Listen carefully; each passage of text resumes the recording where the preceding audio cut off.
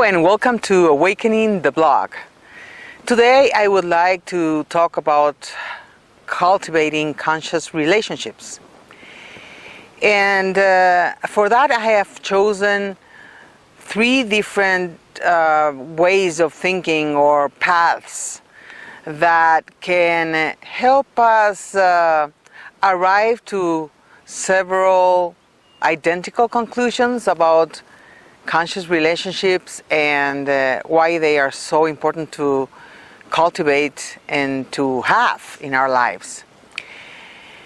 And the three different currents that I have chosen, one is obviously the Eightfold Path by the Buddha, and I'm not going to get into totally in depth into each aspect of the different currents I've chosen, but I want to bring them out to have different feedback, different input as to what can help us develop conscious relationships and why they are important and good for us. So I had to write that down because it's a lot of information. In the Eightfold Path, discovered and transmitted by Gautama Siddhartha, who became the Buddha, he, through his enlightening process, discovered that there are the Four Noble Truths, and out of the Four Noble Truths we have the Eightfold Path. And the Eightfold Path says the following: we need to practice right view, right aspiration, right speech, right action, right livelihood, right effort, right mindfulness, and right concentration. Since the word right has a lot of must and shoulds connotation to it, we can change the word right to the word coherent for now, until we study the Eightfold Path and really understand what he meant by right view, right concentration, and the rest. But if we just put into this and we substitute the word right just for a different perspective and understanding, as I said, the noble paths and the use of the words are completely correct, though they are translated and therefore could be missing a little bit of the original sense. But if we put, for instance, coherent view, coherent aspiration, coherent speech, coherent action, coherent livelihood, coherent effort, coherent mindfulness, and coherent concentration. I don't know if this appeals to you or feels a little more sort of like able to process, at least from a very beginner's point of view, or just to have a sense of what this might be in order to cultivate conscious relationships.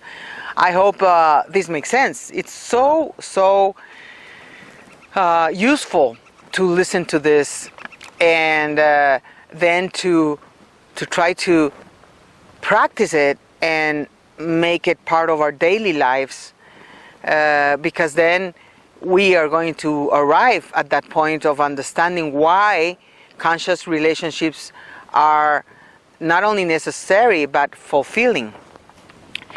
Then the other is more popular. The other ones that I chose to share is the Four Agreements by Miguel Ruiz, and this could be another way of cultivating conscious relationships.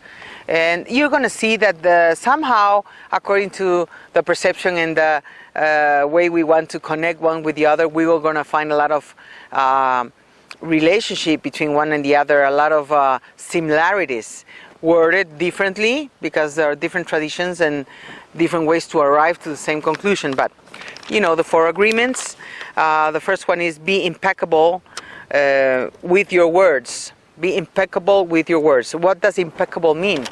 If you also read Carlos Castañeda's experiences with Don Juan, impeccability is a very strong part of the Toltec tradition, and that's why Don Miguel Ruiz is also based on the Toltec tradition. Be impeccable with the words. Again, I use the word coherent, which means to be very truthful to what we say, very connected with the words we use and what we're trying to say. We could be mistaken, obviously, but when we speak from our hearts. It makes a big difference. Now, we can delve deeper and deeper into each subject, and I don't know how useful that would be for now. I don't want this to be too long. But I always want to pinpoint out that there are levels and layers to the heart.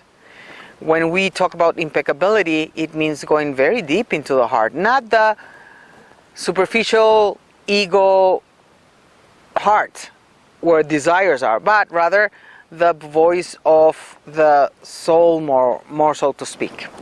So the second agreement is don't take anything personally. And why would this be important?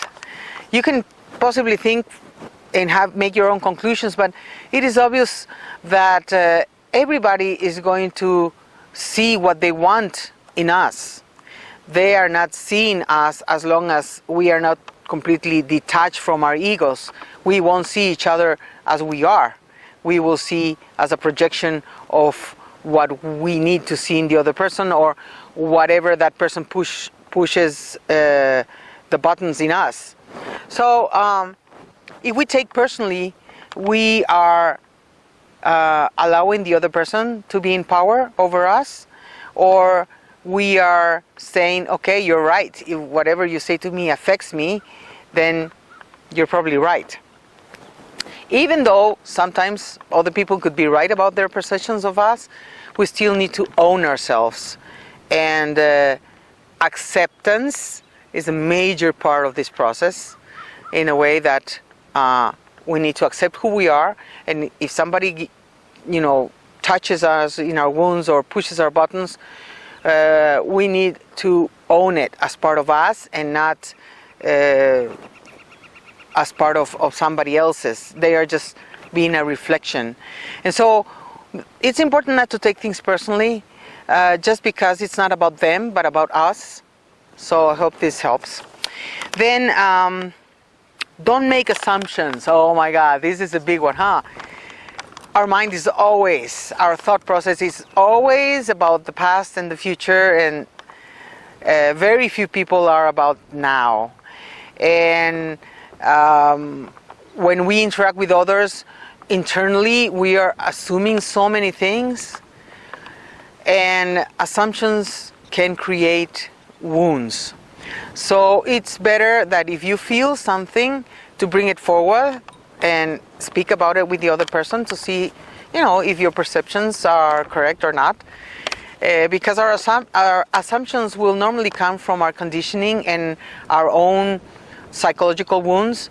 So they could come from insecurities, and therefore we assume things coming from there.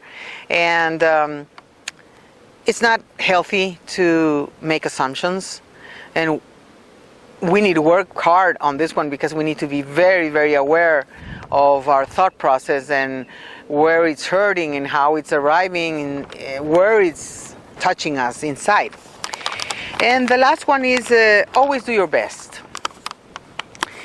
Even if you want to just rest, do your best to rest.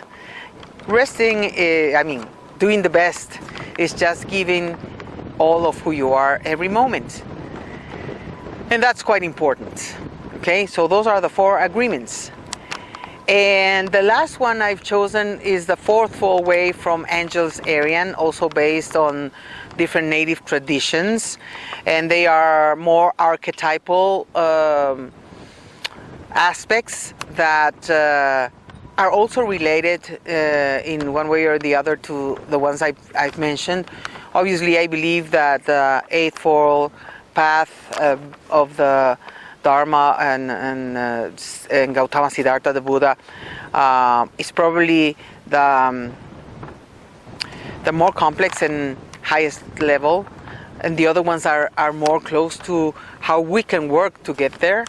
But they are not easy either. I mean, if you come to see how we live our daily lives and what really goes on in us, applying this in our lives requires at first a lot of a conscious connection to ourselves, so we can trap us in our thought process and redirect and retrain ourselves to go in another direction.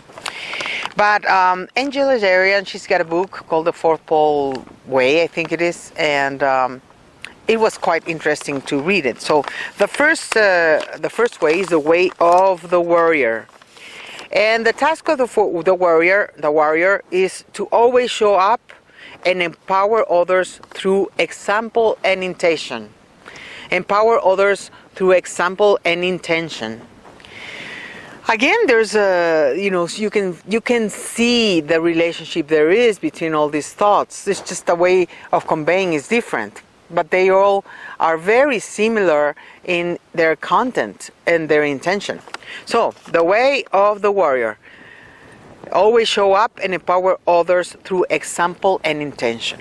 Then we have the other archetype is the way of the healer, whose task is to pay attention to what has heart and meaning. What has heart and meaning. And just consider for ourselves, what does that mean? What has heart and meaning? Again, the heart, you see how important it is in this, but again, there's a difference between the heart of desires and the heart of the truthful self.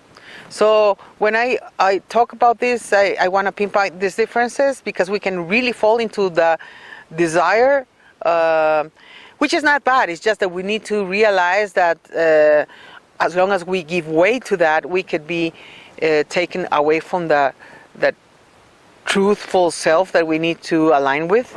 Okay? And then comes the way of the visionary, which task is to tell the truth without blame or judgment. Here I would say, it's so related as to not take things personally, without blame or judgment. We tend to do that. We're always, I use the word always, but that's not exactly the case for everybody or all the time. But if we come to observe our thought process, we will see how much we are thinking of other people. And I must say something here, we are not really what we think. We are not what we feel. We are not really our bodies. They're just tools we have for our evolvement into the spiritual realms. And sometimes we are just tuning to a certain direction, and we start behaving certain ways because of the tuning we have with our thought pattern.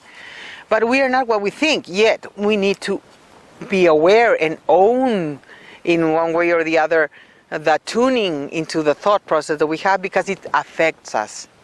So as much as I can capture myself in my thought process, and maybe I'm judging or blaming something into somebody else, then immediately I catch myself in the thought, and then I dissolve it and let it go.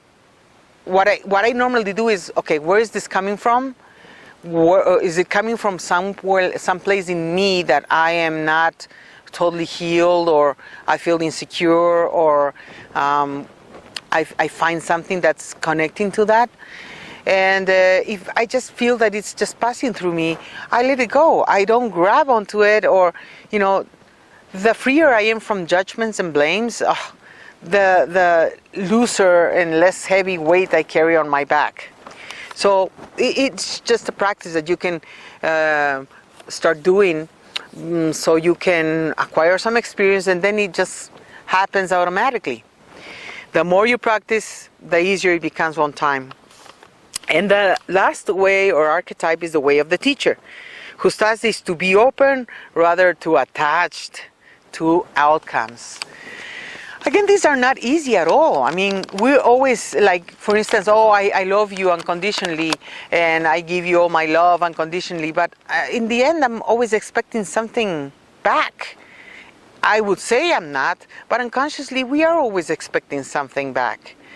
And so working on letting go and letting go of attachments is one of the major and biggest and hardest thing to do, because ego, in order to survive, needs to be attached to something, someone, whatever, because that's what gives the ego its individuality. And when we are able to let go of ego, we'll be very close to our path of enlightenment. So it will be wonderful. I've tried so much to let go of my ego many times, and it comes back. It comes back. I let go on one thing, and then next minute it's there again. I can hear it. I can perceive in my own way of thinking and where I'm tuning into with my thoughts and stuff. It comes. We just need to tame it down, and make that the volume of the ego, instead of being the loudest voice ever, goes down and down and down with time. And hopefully I don't know how many lifetimes that would take, but if we don't start doing that work now, it'll take us forever to really detach from the ego, to be able to continue our path of spiritual development. So, we just need to practice and give ourselves opportunity, and be gentle with ourselves on the way. Let us not be judgmental or blame things on neither others or ourselves. If we learn to be responsible for our lives, we don't need to be judgmental with ourselves, and we don't need to be judgmental with others. Each one walks at their own rhythm, and we can support other people. Excuse me. We can support other people by allowing them to walk at their rhythm, and just remind them, maybe in the support process, to do the best they can with whatever they have at that precise moment. So the same for ourselves. And so I hope these different inputs have given you something to ponder, something to consider. And if you have any other wisdom, traditional wisdom to share, you can share it in the blog directly at awakening.goypaz.com under this video blog, or you can do it in the YouTube as well, wherever you feel most comfortable. We invite you to follow us also on our Facebook, which is awakening.goypaz. We also have our online station, radio station, which is bilingual, Spanish and English, and it's Serenidad.com. In our YouTube channel, you can subscribe, and we upload interviews in Spanish and English, and video blogs also in Spanish and English. And thank you for giving yourself the time to listen to this. I hope this was helpful, and I hope to offer you whatever crosses my path that I can share some other time. Thank you very much.